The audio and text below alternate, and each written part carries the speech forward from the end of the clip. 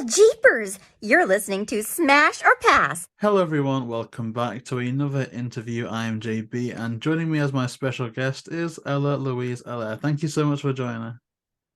Thank you, JB. I'm happy to be here. Well, it's absolutely incredible to have you. Now, of course, people watching this are going to be tuning in to hear some behind the scenes details about Scooby Doo and the Lost City of Gold, which is an incredible sounding show from everything. And we've listened to the soundtrack and absolutely love it. But of course, that was all headlined under Monlove, which you founded in 2005. But in regards to before that, what was your kind of journey like to get to the point of founding Monlove? Well, it was a long journey. I was born in a music family, so at an early age, I started playing the piano. I went to the conservatory. I'm a composer. Those are my studies. I played the piano, the flute, I composed the music, and then I started as a teenager writing lyrics, writing songs, and in my early 20s, then I was writing music for play, and then I had an opportunity to write for children and accompany actors. That's pretty much the way I started, and along the way, it kept going. I taught music in school, and then I had an opportunity to go and work in Las Vegas in some of the Cirque du Soleil show, and one of the biggest show in Vegas is Ka, and that's how I started writing the chart for the music, for the musician. And I also did the arrangement for the choir. We had a 50-piece choir, and I coached the vocalist and the musician. So that's pretty much the way I started at that time in Las Vegas in 2003 and 4. And then I landed a deal at Bellagio Hotel and Casino to write the music for the conservatory. And then I got an agent in Los Angeles. So when I came back in 2005, I had a friend who had a business, and she said, why don't you start a business, you know? And that's how I said, oh, maybe it's a good idea. And that was a very intuitive decision. I just said, okay, I'm going to start a business. And that's pretty much the way I started. I founded it. Wow, that is so incredible to hear that story, then and now looking at how successful Monlove is and all the shows that it's had a hand in producing and the many iconic IPs that it's adapted. And so, in terms of that decision-making process of going from, the stage where you were and then, daring to dream and starting your own business, was there a particular inspiration that you had, be it a creator that you were aware of before your career, or even a show that you saw yourself that really made you want to go down that path? I think as a child, I was listening to musical a lot with my mother. My mother was a big fan of the Gene Kelly musical and all the, the great ones, if I may say. So it was always in the back of my mind, I'd like to go to LA. I would like to do a musical or, to be on Broadway or something like that. So it grew in me, although I grew up in a very French city in Quebec here called Trois-Rivières, and it was a very small town. And, that gives you a lot of place to dream because you're not where you want to be. So then it's a good motivation to say, okay, I'm here, but I want to be out. I want to be somewhere else, or I want to do those big dreams that I have. And how what am I going to do to achieve these? That's such a great theme with, the next question that I had, that idea of wanting something. And of course, with this show, a lot of our consistent audience are going to be Scooby Doo fans and people that have followed that franchise for 50 years. But our new and unique viewers are people that are really aspiring to go into the profession of the people that we speak to and follow in the footsteps of the people that we bring on to ask questions. And so, what would your advice be to someone watching this that maybe isn't where they want to be, but they want to follow in your footsteps and do what you're doing currently? Do a book of your dream. If you want to see yourself on that stage, take a photo of yourself and put yourself on that stage, like a visualization book, and keep putting action toward this. Make call sometime out of the blue. You try to call people that you can't reach, and write emails and keep doing it. And at some point, there will be somebody answering to you, and that will be the first door that will lead to the second door. It's numerous doors. There's 100 steps to get to wherever you want to might be. Yeah, see, that definitely speaks to me as well, because I remember when the show Scooby Doo and the Lost City of Gold was first announced, and looking at the list of the creatives and the cast and feeling so inspired. It was announced more or less the same time that this show was just starting, and I remember going through all that and thinking about how it would be amazing to speak to everyone. And now at this stage, I can look back at that and go, wow, and now, I've spoken to the vast majority of those people. So it's absolutely amazing to visualize what you want to do and make it happen. And I think that's exactly what Monlove has done throughout its entire history. And I think noticeably in terms of the topic of Scooby, that adaptation of iconic franchises, the Ice Age show it just looks absolutely incredible. So what was it like to work on the Ice Age show and to present that to the world? The Ice Age show was also an exceptional moment, because that was the first step for me to go from, I work for Cirque du Soleil, and then I'm going to make something out of my own and try to do something that I haven't done before. And I knew one of the producer at the time, and I knew there was idea of making a show, but what happened is that I watched the 3 first animation film of Ice Age, and I started asking myself, how can I turn this into a live show? And I didn't want to repeat the same thing that they were doing the film. I wanted to say, oh, that will be like a 4th story or something new, so that the audience is not going to see the very same thing they were saying in the film. They're going to see something else in the live show. So I started writing an evolution of the story. Peaches was now 5 years old, and she would have this relationship with her dad, and we would create new characters, flying characters, because also, since it was a live environment, I wanted to use the air. And so I wanted to have flying numbers, incorporate some circus, because that was my background also. So I said, I would like that part of the characters, they would be also making an act, a circuit act, part of my story. So that's why I built the whole story with the song and acrobatic numbers, part of the story. And that's pretty much the way the show took place. And one of the challenging part was that we had to sell this idea to 20th Century Fox, who obviously had the rights. And that probably has one of the biggest experience I had, because we ended up presenting it to Jim Janopoulos, who was the CEO of Fox at the time. And I never thought it would happen, and it did happen, and he fell in love with the show, and then the rest is history.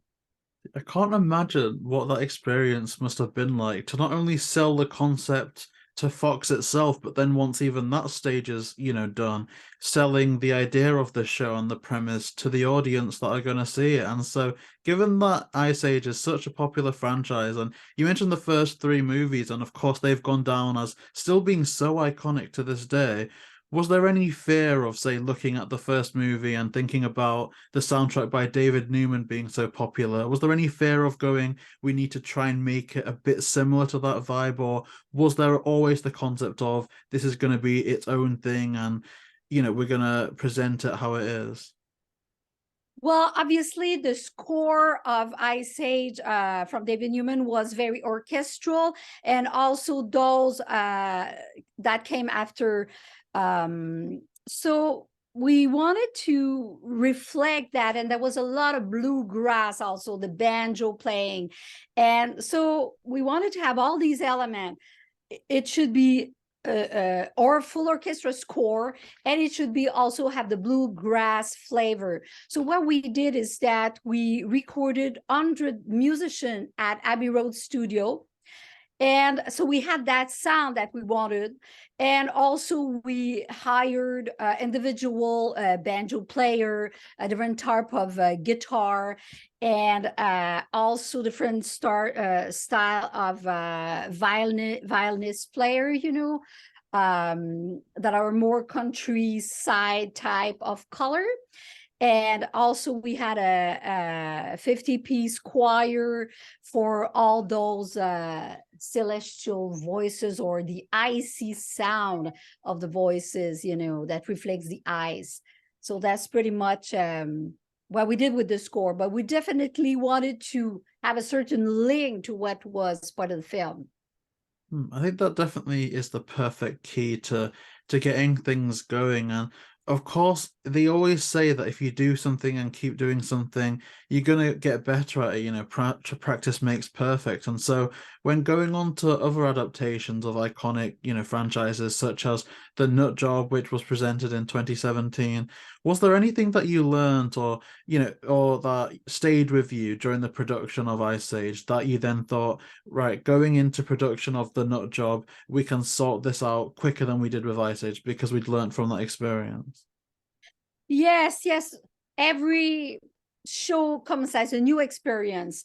For The Nut Job, we decided to do a show that would not involve the ice. Ice Age was involving air, earth, and ice, but the ice has a certain challenge, especially if you want to play South America or some other places where they don't necessarily have all the facility with the ice. And also you need 2 days to prepare the ice. So when you are on a tour, this is a challenge to have to treat the ice. And also you're sort of competing with the hockey leagues, and sometimes it's problematic, especially here in America. So we definitely wanted something without the ice, and it was the perfect show because it happened in a park. And we could play all kinds of things with the, you know, the idea of the park.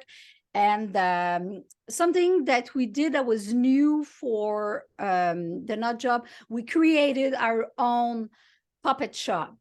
That's when Monlove decided to open a puppet shop. At the time we did it, there was no one available to do the construction. So it became an issue because we had all these furry characters, and we needed, you know, like, I think there was about 30 costume of character with animals. And we said, okay, how are we going to overcome that problem? So we said, okay, I said, if I have to build them myself, I'm opening that puppet shop, and I'll ask my mom if I have to, but we're going to do this. And then, you know, when you make a decision and you say, I'm doing it, you're doing it. So we opened the puppet shop, and I had a good friend who had worked with us on Ice Age, William Todd Jones, who came as the puppet shop director here in Montreal. So he had his knowledge working with Jim Henson, and you know, for a very profound knowledge of puppetry. So we started this together, and then many people, artisan, from sculpture, from the design, from you know, the muscle suit that goes under the characters, how the fur itself is being put on, the animatronics in the head of the, you know, the characters also that allow the eyes to open. All of this were step by step, but that's what one of the biggest challenge for The Nut Job. Oh, it's so exciting to hear about all the puppets, because it seems like that kind of theme of puppets and the opening of the puppet shop really lent itself well to Scooby Doo, because like there's just so many things that I've seen of all the puppets that we used there, and all of the different and interesting designs that could be used in the Scooby Doo show. And when it comes to Scooby Doo, of course, like the show was received so well, and everyone that I've spoken to that's seen it has absolutely loved it. But before embarking on that journey, how familiar were you with the Scooby Doo franchise? Well, I was, fairly knowledgeable about the Scooby Doo.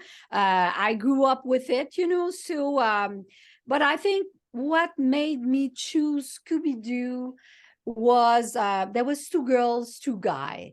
And so it was a gender equality thing also. And I thought it was a good moment to have this also express the character of Daphne and Velma. Especially Daphne was always a damsel in distress. We wanted to push further. We knew that Warner Bros. Had already, with the film, made her a karate specialist. So we wanted to push this envelope of being her as a strong character and take part of the lead. And Velma was the scientist before, but she's probably in our show one of the, definitely one of the leader. And we made Fred very amiable, also has his full-fledged character as a guy, but also have his moment where he could maybe have his weak point too. You know what I mean? It's like his vulnerability, that I should say. And then, of course, we had the Shaggy and Scooby. We needed to express that friendship. That was one of the elements that was very important. The humor, the friendship, the teamwork, and the equality gender. That speaks very strongly, especially in regard to Fred's vulnerability, which is of course gonna be one of Fred's defining traits, like recently, which is what people really love him for, compared with even like the original series where he was almost seen as a bit bland. I think adding some vulnerability into his character has done him the world of good. And I think when it comes to, live entertainment and performances, anything that's accomplished between, to anyone that's worked on those shows in the last couple of years, I want to say the credit that they would have got anyway, you need to times it by 5, because I can't imagine how much stuff like the pandemic and lockdown would have impacted that type of industry in general. So what were some of the struggles that arose either a result of that or any other factors, and what were the ways and the methods that you used to overcome them? Well, the biggest struggle was the pandemic, because on March 13, 2020, we were doing our last rehearsal, and then we were going on an 100-city tour in the USA. Can you imagine? We were loading the trucks, everything was going out, and the whole world stopped. So that was very hard because everybody thought, is it going to come back soon? Is it a 2 weeks thing? We thought it would be very short, but it lasted for more than 2 years. So, I mean, we were absolutely blessed that when we started the tour in January 2022, we still had the actors who wanted to be part of it, because it was mostly all the same cast that we had originally casted, except maybe 2 person, but most of them were back. So we had to struggle with 2 things. Everybody, before crossing the first of all, US border had to be open, which happened in November 2021.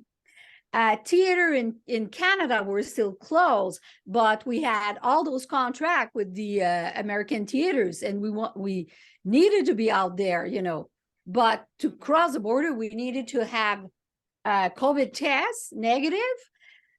We needed to reassure everybody, that if anything happened, we're going to take care of them. We're not going to, if they get sick or anything, that was if you put yourself more than a year ago, people were very scared of everything. And we were one of the first company out there doing a tour with more than 30 people. So that was a big challenge. So when we arrived in Roanoke, Virginia, which was the first date, it was like we had to move mountain. We had to speak to the the congressman of Virginia.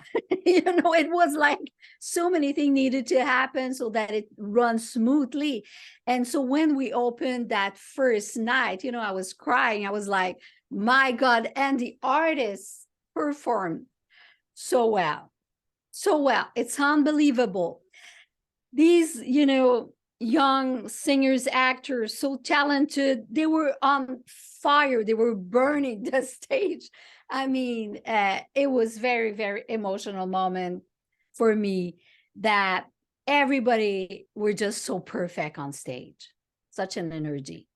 100%. Yeah, as I say, like the credit that you and the cast and everyone involved in that production, in any normal circumstances, that's huge. But given what you had to overcome and just that time in general, like times all of that by at least 10, because I literally can't imagine what that experience must have been like. But one thing that really got me excited was looking at, the posts from Instagram and all the buzz that the show caused online, and the production design of the whole entire city of El Dorado and the vibrancy and the colors was incredible. And it almost seems like the whole point of El Dorado was very much part of the show's identity. And so to that end, was it always the plan to find a story that involved El Dorado, or was there ever any discussions of adapting an episode of the show or a movie at all? Well, when we started looking into Scooby Doo, most of it happened, the season 1 and 2 in some form of it looks like a European castle, I would say. The color were mostly a bit of a dark blue, purplish, and following our lead to always try to renew or bring a fresh air in what we're doing, we realized it doesn't seem like there's any story in South America or, that exotic feel. Would be great to have a story happening there. And we sort of started looking at the Inca story, all the legend about the sun, the gold. And we told ourselves, let's try to put a story that could make sense, and we should have a villain, and there should be a ghost happening in South America. So that's pretty much the way. And Warner Bros., when we presented them the concept, they fell in love. They was like, yeah, let's do that. I can absolutely understand why they would, because I haven't seen any negative comments about it at all. And obviously I can come here and I can say that, but being in the Scooby-Doo community daily, I can tell you that there's a lot of times where like a company has come out and people have produced new stuff for Scooby, and I think the Scooby community can be very unforgiving to new things and new ideas, but with The Lost City of Gold, it was so overwhelmingly positive. It was absolutely fantastic to see. And so, considering that it was so successful in capturing not only new audiences, but also making existing Scooby-Doo fans happy, when it became time to adapt that Scooby-Doo story, what were some of the things that you wanted to make sure you got right from the show, so to speak? So things that you would know would attract Scooby-Doo fans that are giving the show a chance, essentially. Well, I wanted the humor. Mm. Humor was very important for me, that, that would come across, because that was, when you got Shaggy and Scooby hiding under a plant or all these crazy things. That's why we try to incorporate, that big puppet, carnivorous plant eating, Shaggy, and making fun, trying to make fun and humor all the way, although they were trying to solve a mystery. See, it's like I just love the inclusion of all of those tropes and all the things that people have come to love from Scooby over time. And so again, adapting it, there's a lot of cast members, and of course there's a lot of cast members with stuff like Ice Age and The Nut Job, but in terms of Scooby Doo, it definitely is a team dynamic with all of them having their own roles and experiences. And you've mentioned there was also a lot of discussions and hype about it being quite gender equality and making sure that there were two females, two males, and that they both had all types of, collaborative experiences together. And so was there a particular member of that Mystery Inc. gang that you're excited to work on, like in particular? Well, I liked very much Velma, mostly because the part that I was excited to is because since she's all giving the scientific explanation, this has to be part of the lyrics and the song, and that would need to be explained as a song and by a performer. So obviously that was very fun for me as a writer to be able to write the scientific point and also try to make her sing that or rap that, especially in Professor Falcone's songs. Or I like the vignette also where they all explain the thing. These are moments that I had a lot of fun writing. So yeah, like it all just seemed to go together perfectly.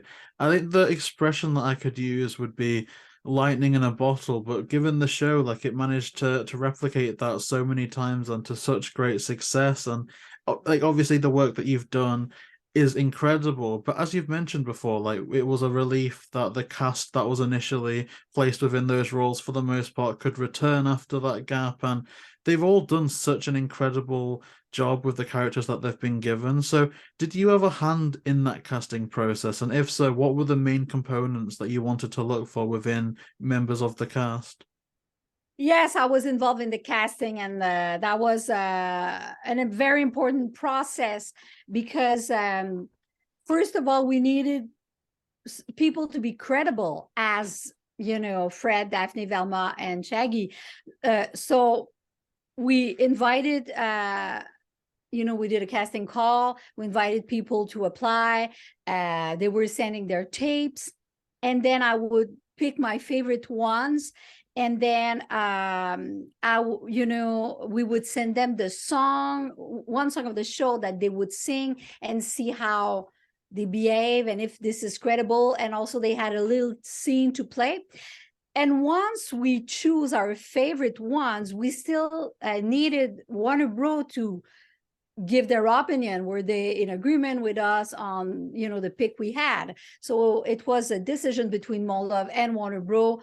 Who would be the final cast for the live show. Ooh. That's incredibly interesting that Warner Brothers was involved with that as well. I guess it goes to show that they were holding the whole Scooby franchise quite close to them, which is understandable, but it's absolutely amazing that that all worked out, and especially with the music, because being in the UK, it was at a time where unfortunately we couldn't come over and see it like in person. But I almost feel like through the stories we've been told, I've got such a great image of it in my mind. And of course, the soundtrack being released on iTunes and Spotify was such a godsend because it really, I felt like I could watch the show in a little way, of course, in my own way, even from here in the UK. And I remember listening to that whole soundtrack and loving all of the songs. So, are there any? I won't say one because maybe that's too difficult, but a couple of songs that stand out to you as being particularly memorable. I mean, every time I write a piece, I try to make it the best song ever. I think I really, one of my favorite is certainly the moment with Professor Falcone. I love the Mystery Inc. Gang song. I love the Dare to Dream because it's an energy song and a group song, And I probably my favorite moment of the show is the end of the first act. This sort of almost rock, operatic moment, climatic, where they're gonna find where Margareta is, you know.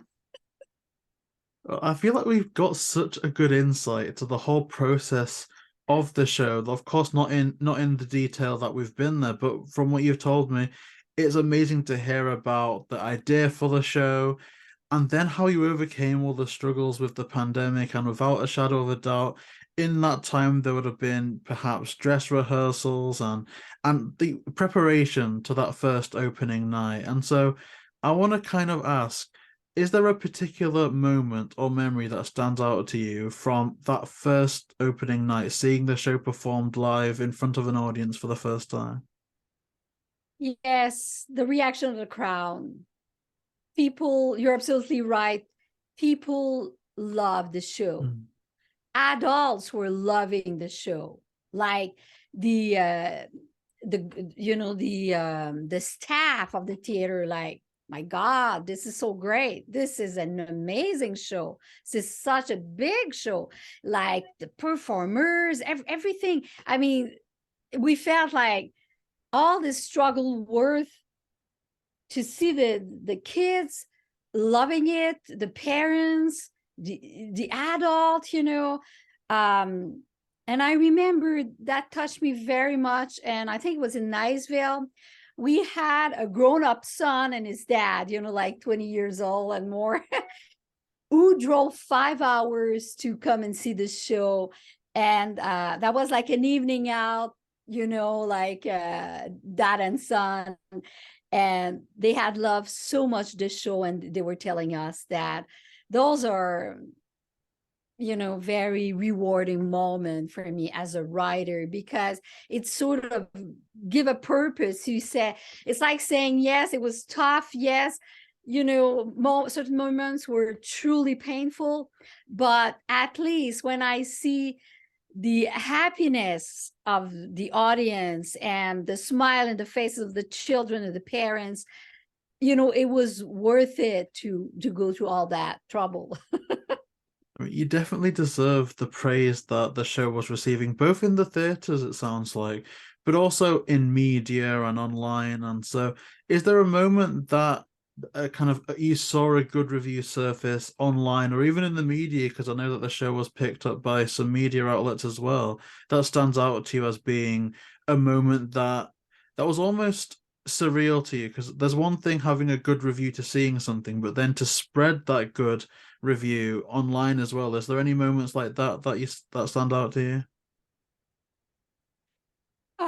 Yes, probably when we played in Montreal, because that was where the show was presented, and that happened after the American tour on April 24th last year. And that was an arena. And it's like this date had been moved like 4 times. It was like, so the reaction of the crowd, we had all the bankers, all the financiers who helped supporting this production, people all over the world who came to see also the show in Montreal. So that was another level of appreciation where I felt, my goodness, we got to keep doing this, because, this is such a great show. And the artists also, they were like, it was such a big stage, it was a big stage. So we could see the emotion of the artists. See, that must be, like you say, so rewarding. And again, like I'd imagine that after seeing such positivity, the thing that would be on the top of anyone's mind, understandably, would be when can we do this again? When can we experience this level of happiness again? And so obviously with the show's website, it's been teasing future dates for the show ever since the last performance. And I guess being in that level where you'd know what's going on and behind the scenes, what is the current status of the show's future? Yes, the show is still out there, ready to perform. There was challenges following the pandemic and following the last tour. Mostly is that the show was built before the pandemic with a certain reality of business model. I'm going to talk more business here because that's part of the reality. And after the pandemic, transportation went up to the roof, like 3 times the cost of what it was before, and everything was exponential in terms of costs. We are a family show right now. All the big stars of the world, you know, the Rihanna of the world are out there, want a tour, and the cost of the technician also went up. Cost and availability of the technician went up to the roof. So we sort of have to rework just a bit the plan, the way we're going to travel the world. Don't forget that crossing the ocean now is more expensive than it was before. So this whole planning, and also our partners all over the world who used to present live show have suffered. They have suffered. They have had a lot of loss. A lot of theaters also have closed, you know, and they haven't, you know, sort of had, even last season was not a successful season in terms of financial for the part. So everybody's sort of has been trying to sort of or reorganize their way of working live tour. And so, but there's a plan for Scooby Doo to be out again in Europe, also in the UK, in France, a French version, in the Middle East, in Germany, in the USA also, especially all the West Coast. So it will come back. It will come back.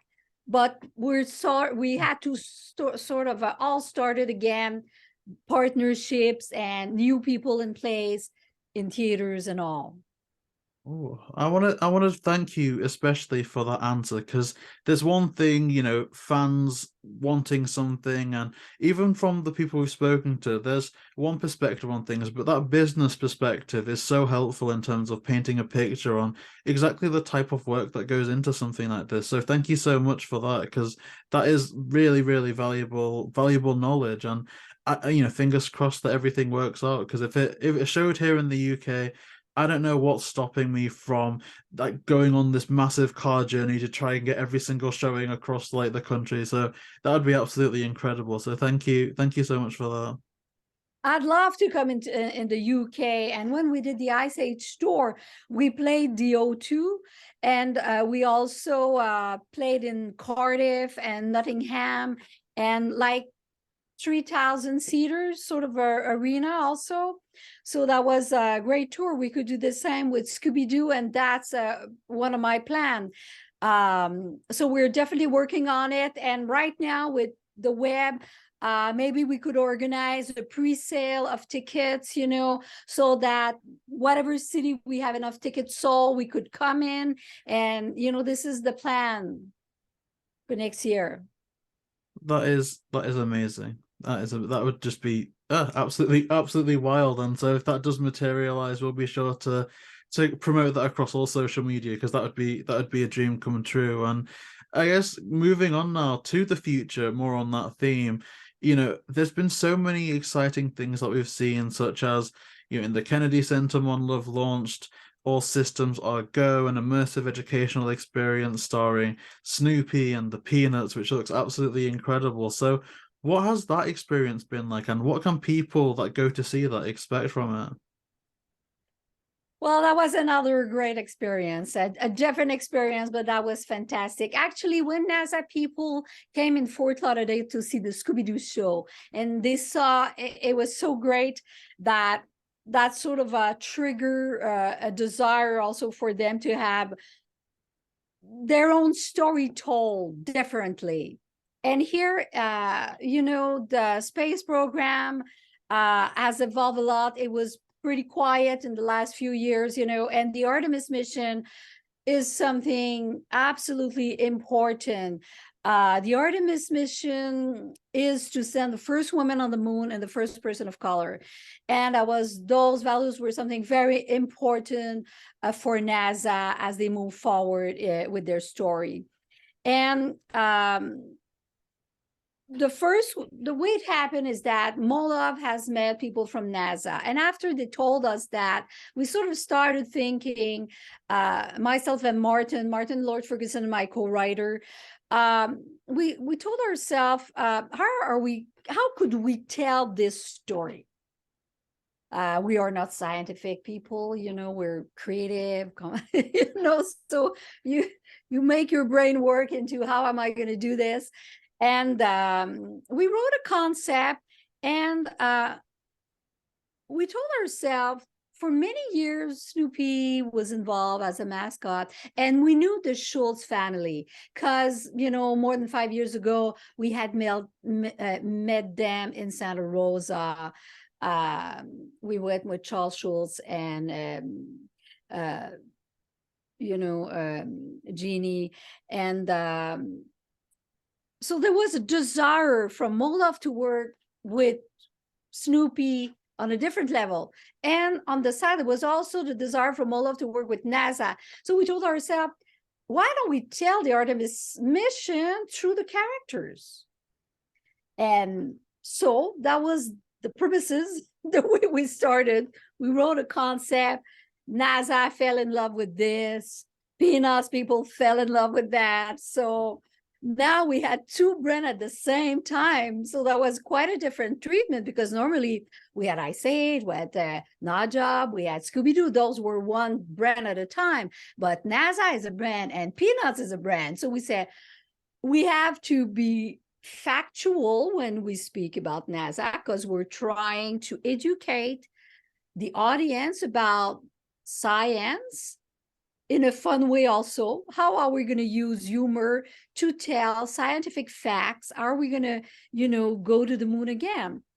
And also the style of Peanuts, because like the self-doubt of Charlie Brown, the way he worries about Snoopy, that, Snoopy want to go, in space and all of this, and to be part of the program, space program. So that was one of the challenge, but we're very happy with the result. It seems like Monlove and you and the whole entire scene just keeps going from strength to strength, and without a shadow of a doubt, I think everyone that's watching this is going to be excited to see what happens next and what the future has in store, because there's already been so many exciting things. So to people watching this that are looking forward to keeping up with Monlove and all of the future production details, where's the best place that they can find updates online? Well, monlove.com, we're currently putting updates on the website. They can definitely look there to see, all the most recent article that came out. We're still working in in the next few weeks on the site to put everything up to date.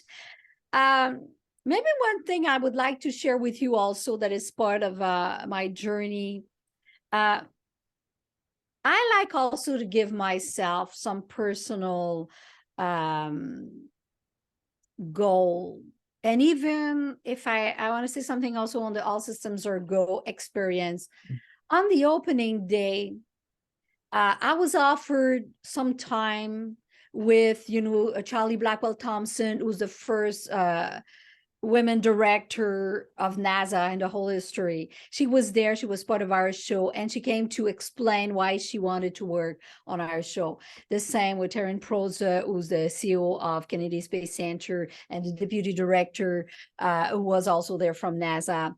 And for the first time, I told myself, since I'm offered a time, I will do a little bit of the speech like these three other person. So the four of us, we shared the stage and we spoke a little bit to the audience. And that was a personal challenge to myself.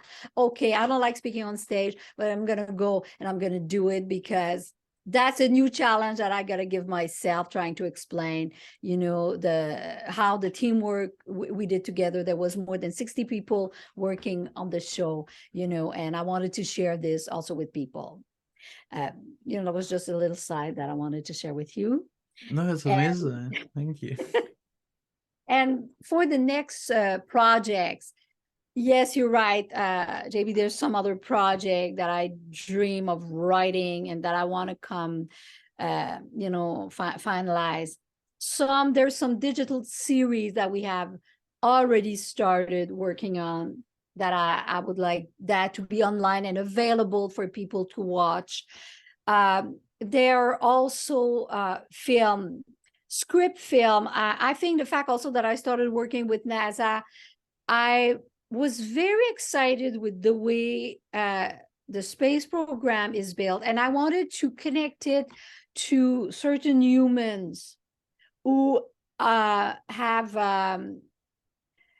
emotional feeling about other planets. So there's a script that I want to write about that, and I'd like that to be a film.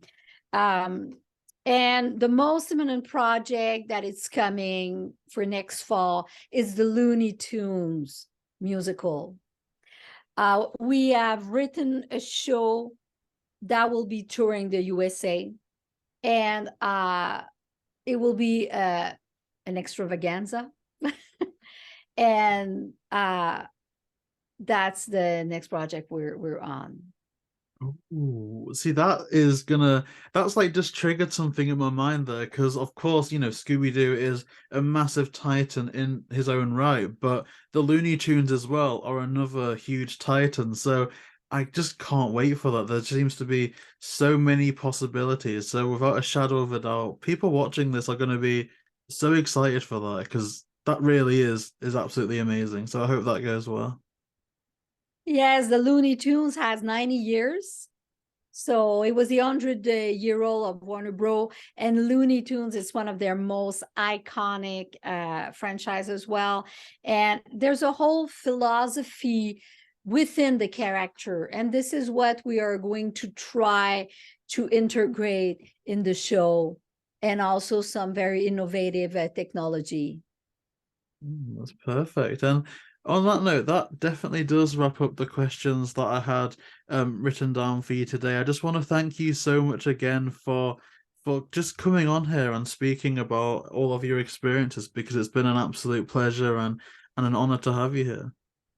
Well, thank you very much, JayBee, and congratulations on your program. It is very exciting to watch it. Oh, thank you so much. That means genuinely the whole world to me. So thank you so much. And for the purpose of wrapping up the video portion, I guess I'd like to thank everyone for watching this and for keeping up with every episode. So if you do want to see more, then please like, comment, and subscribe, and make sure to follow all of the links in the description down below.